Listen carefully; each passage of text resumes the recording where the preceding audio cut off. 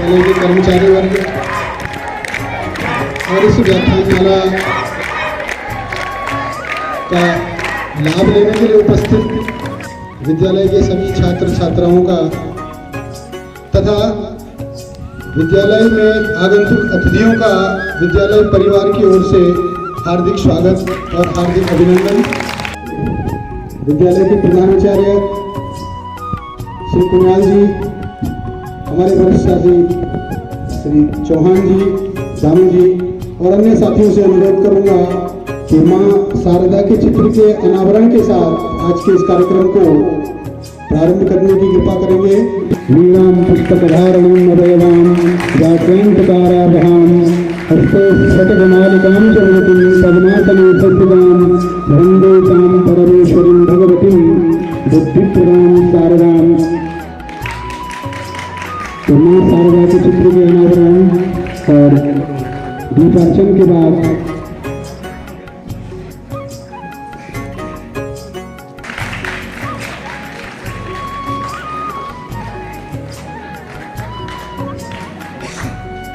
मां शारदा के चित्र के अनावरण और धूप दीप प्रज्वलन के बाद कार्यक्रम को आगे बढ़ाते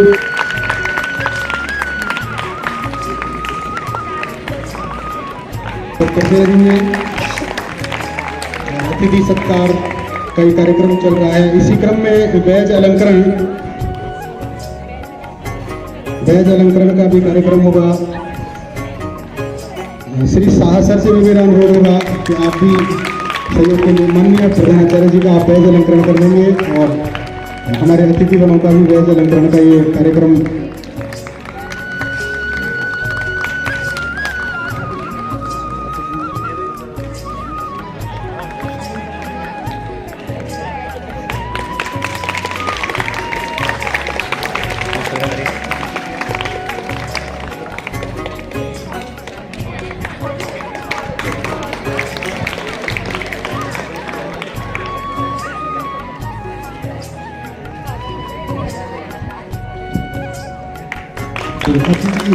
स्वागत और हार्दिक अभिनंदन। इस व्याख्यान माला कार्यक्रम में हमारे बीच उपस्थित विषय विशेषज्ञ के रूप में इस विद्यालय के पूर्व वरिष्ठ वक्ता आदरणीय शर्मा जी, हमारे विज्ञान गणित विषय में एक्सपर्ट व्याख्यान देने हेतु आमंत्रित डॉक्टर आदित्य नारायण पुरोहित जी, जो वर्तमान में राष्ट्रीय इंटर कॉलेज बोर्ड में प्रवक्ता पद पर आसीन हैं। तो जो मैंने पहले बताया कि हमारा विद्यालय एकमात्र पीएम श्री विद्यालय है, हमारे लिए अनुकरणीय और एक मार्गदर्शक के रूप में रहे। जहाँ तक पर्यावरण विषय की बात है तो पर्यावरण विषय पर जैसे कि उत्तराखंड सरकार के द्वारा आपको ज्ञात होगा कि विद्यालयों में एक तरुश्री नाम का एक पुरस्कार प्रदान किया जाता है। तो माननीय शर्मा जी, विद्यालय के आधार स्तंभ माननीय प्रधानाचार्य गणित विशेषज्ञ डॉक्टर पुरोहित साहब, इस विद्यालय के पर्यावरण प्रभारी श्री चौहान साहब और हमारे बीच उपस्थित दूर बैठे राष्ट्रीय शिक्षक संघ के अध्यक्ष श्री नेगी जी और विद्यालय के सदाबहार मंच संचालक भाषाविद श्री जोशी एवं उदीयमान छात्र छात्राओं,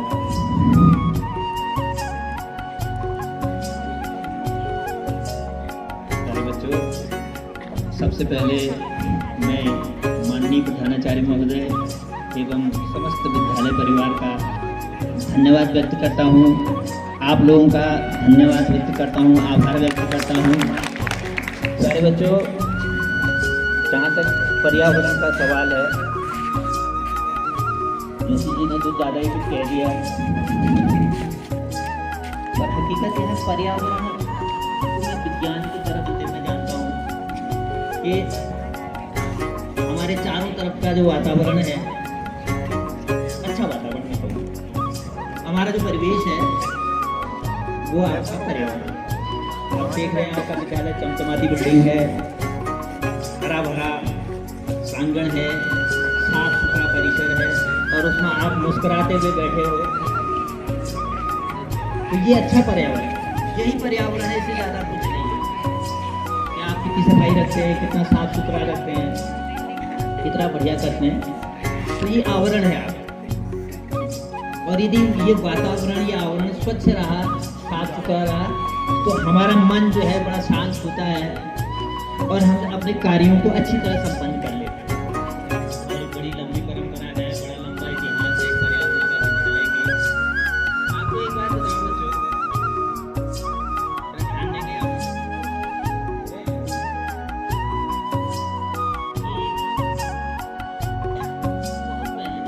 जब मैं यहाँ विद्यार्थी था, ये हुआ, उसके बाद सन 1986 में थोड़ा इतिहास के बारे में आपको तय होगा। आपका पर्यावरण के लिए आप सबका योगदान है इस विद्यालय को सजाने, हरियाली लाने, यहाँ की हवा स्वच्छ रखने, यहाँ के पानी बढ़िया बनाने के लिए आप प्रयास कर रहे हैं उस समय के। लेकिन एक बात और बता दो, पानी भी नहीं था उस जमाने में। उस समय के विद्यार्थी जब उन लोगों को सीखने के लिए कहाँ से लाते होंगे पानी की, बता दो। तो बहुत मेहनत की है यहाँ के छात्रों ने।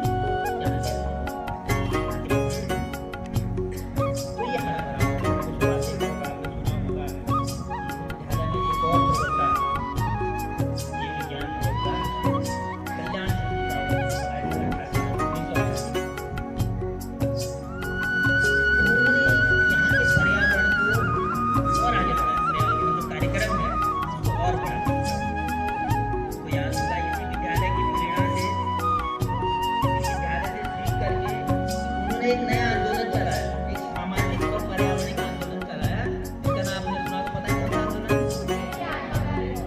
यहाँ आए भी थे बीच में, एड्रेस भी किया था पिछले एक माह पहले।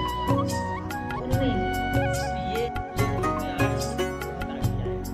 आप अच्छा तो फिर आपके परिवार का पर्यावरण बदल जाएगा,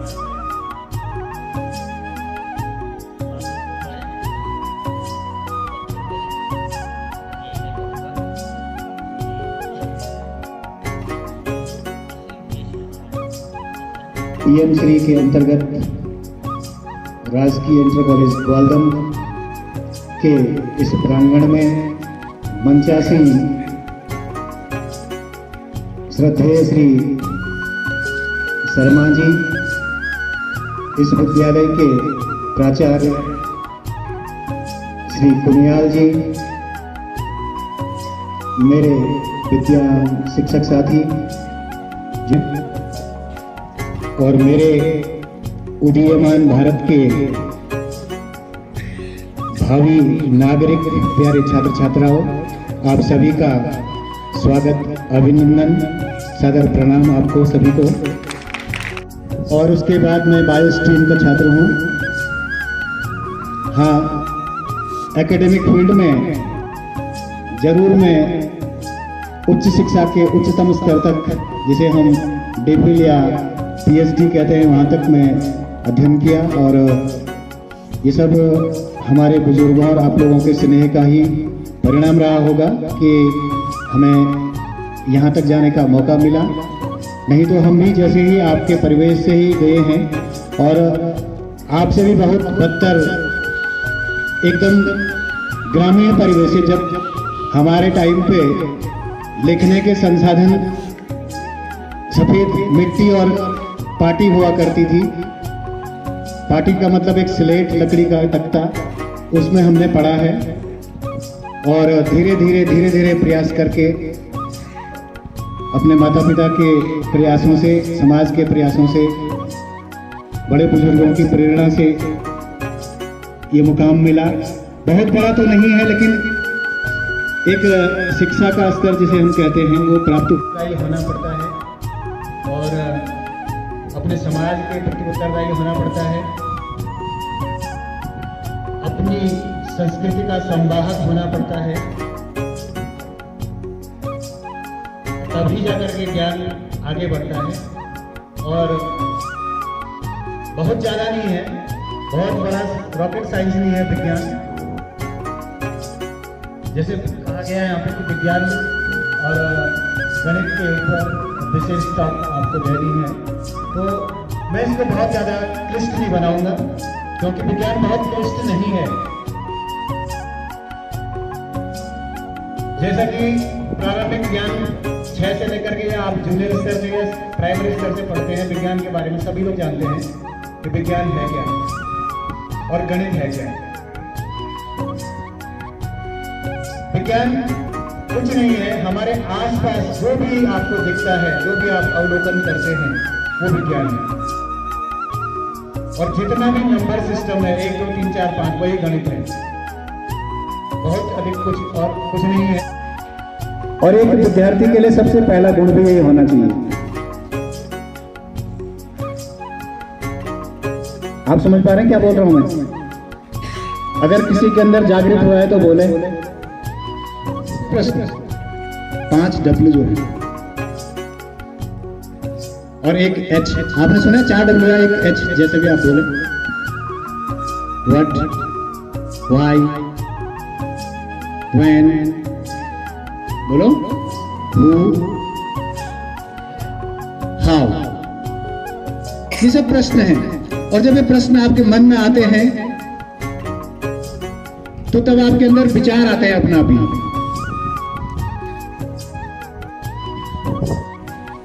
जैसे हम जो हमारे शास्त्रों में लिखा गया है, बहुत छोटी छोटी बातें बता रहा हूं मैं, जो जिनको हम रिलेट कर सकते हैं एक दूसरे से, जिससे नई संकल्पनाएं हमारे मन में आ सकती हैं।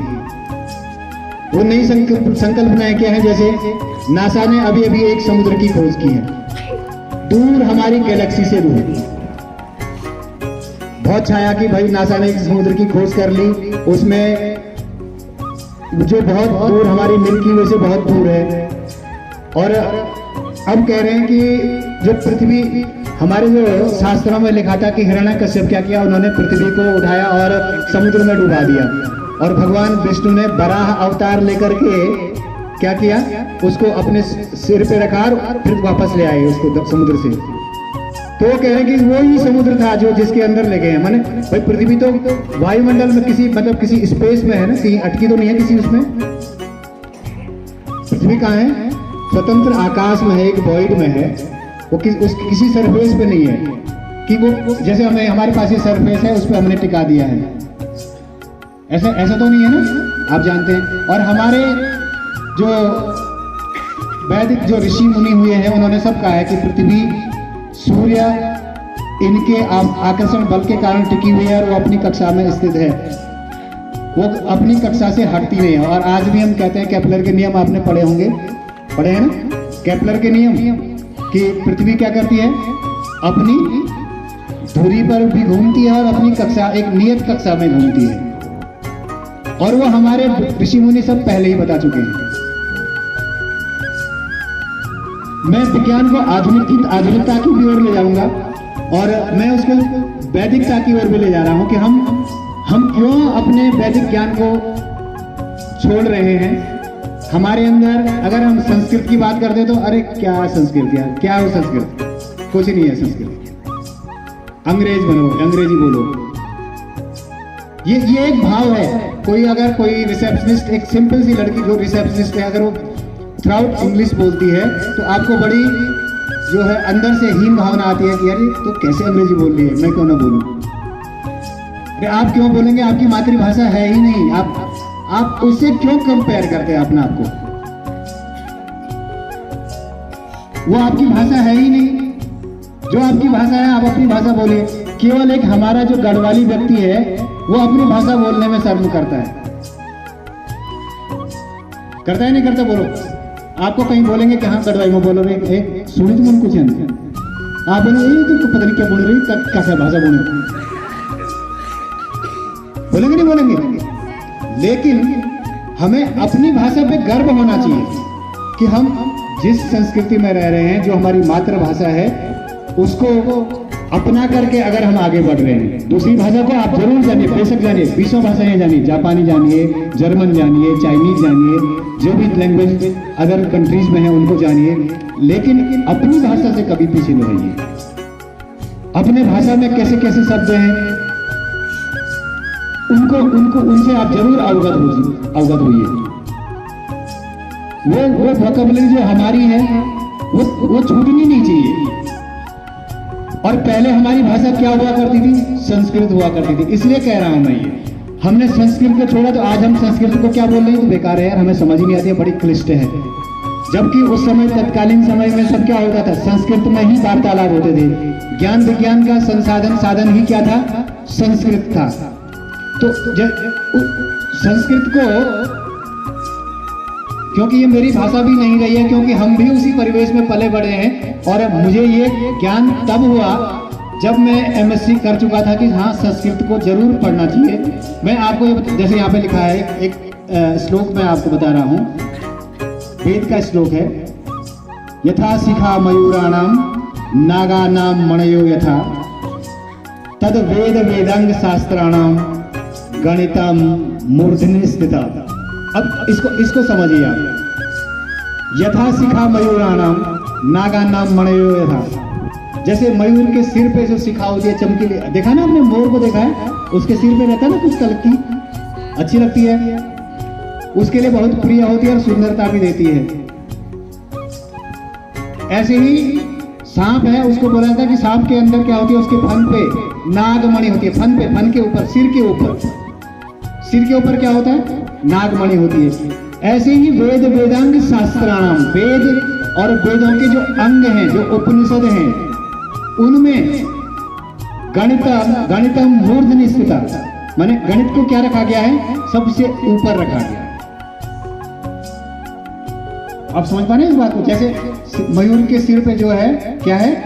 शिखा है, सांप के सिर में मणि है, उसी प्रकार वेद और वेदांगों के जो अंग हैं उनमें गणित को सर्वोपरि स्थान दिया गया।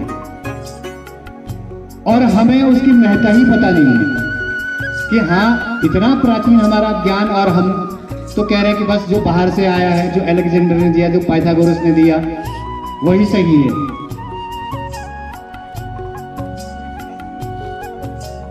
तो जो वैदिक ज्ञान था वो क्या था? वो धर्मनिरपेक्ष अपरा विद्या का ज्ञान था। क्या था वो?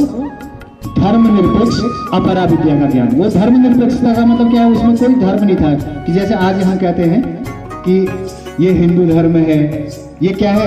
ये राजपूत है, ये मुसलमान है, ये जैन है, ये बुद्ध है, ये ईसाई है। ये सब था ही नहीं उस समय। ये सब था ही नहीं। तो उसमें क्या था? केवल खगोल विज्ञान और गणित, ये दो चीजें ऐसी थी जो सर्वोच्च स्थान पर थी उस समय। खगोल का मतलब पिंडों का ज्ञान, अंतरिक्ष का ज्ञान, एक दूसरे ब्रह्मांड का ज्ञान। उनके अंदर इतनी शक्ति थी कि वो अपने शरीर को भार शून्यता की अवस्था में ला सकते थे। कोई पत्थर जमीन से ऊपर उठता है क्या?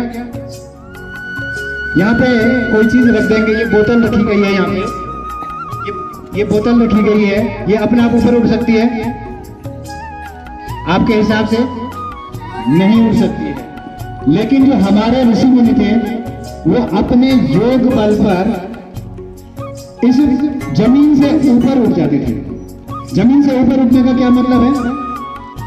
जमीन से ऊपर उठने का क्या मतलब है? जो हमारे जो लेयर है, विभिन्न लेयर है, स्ट्रेटोस्फीयर है, मेसोस्फीयर है, थर्मोस्फीयर है, आइनोस्फीयर है, एक्सोस्फीयर है, इन विभिन्न लेयरों में वो जा सकते थे।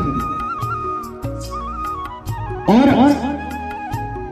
उससे भी ऊपर एक ब्रह्मांड से दूसरे ब्रह्मांड में, माने पृथ्वी से मंगल में और मंगल से शनि में, ऐसे वो यात्राएं कर सकते थे। लेकिन आपको लग रहा है कि ऐसे कैसे हो सकता है? क्योंकि आपने अपनी बुद्धि को क्या कर दिया? सीमित कर दिया कि ये नहीं उड़ सकता है कोई भी चीज। क्या कभी आपने पहले सोचा था कि हम जो है मोबाइल से ऐसे बात कर पाएंगे, अमेरिका तक जा पाएंगे, बात करते करते अमेरिका के व्यक्ति को यहाँ देख पाएंगे? कभी सोचा था ऐसा होगा? आपने तो देखा है बेटा, आप तो नाम बोल ही नहीं सकते। देखो आपका आंसर यस होना था। खेती नहीं है खेती उगाने के लिए, तो वो पानी में पौधे उगा सकता है। होता है ऐसा? नहीं होता? होता है। पानी में भी क्या उग जाते हैं? पौधे उग जाते हैं। उसको कहते हैं हाइड्रोपोनिक्स, और बड़े अच्छे उगते हैं। उसको आप मत्स्य पालन में यूज कर सकते हैं। उसको आप बी कीपिंग में यूज कर सकते हैं, उसको आप ऑर्चार्ड में, आपके उद्यान में यूज कर सकते हैं। जो आपका ज्ञान है, साइंस का ज्ञान जरूरी है।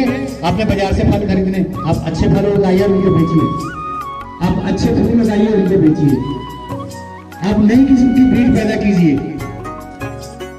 भाई जब आपने साइंस में ब्रीडिंग पढ़ी तो उस ब्रीडिंग का उपयोग कीजिए। इतने सारे प्राकृतिक फल हैं हमारे पास, उनको प्रोसेस करके कोई नई वस्तु तैयार कीजिए। उसको कॉस्मेटिक के रूप में तैयार कर सकते हैं, उसको एनर्जी ड्रिंक के रूप में तैयार कर सकते हैं, उसको मेडिसिन के रूप में तैयार कर सकते हैं। एक ही वस्तु, क्योंकि सब में सब गुण है उसमें, उस वस्तु के अंदर। माने फल के अंदर औषधीय गुण भी हैं, फल के अंदर एनर्जी देने वाले गुण भी हैं, फल के अंदर सुंदरता बढ़ाने वाले गुण भी हैं, फल के अंदर भूख मिटाने वाले गुण भी हैं, है नहीं? तो आप उसको प्रोसेस करके नई चीज बना सकते हैं, अपना नया इनपुट डाल करके नई बात बना सकते हैं।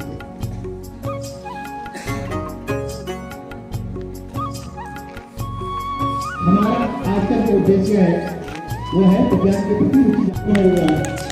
आपको धन्यवाद ज्ञापित करते हैं और आपसे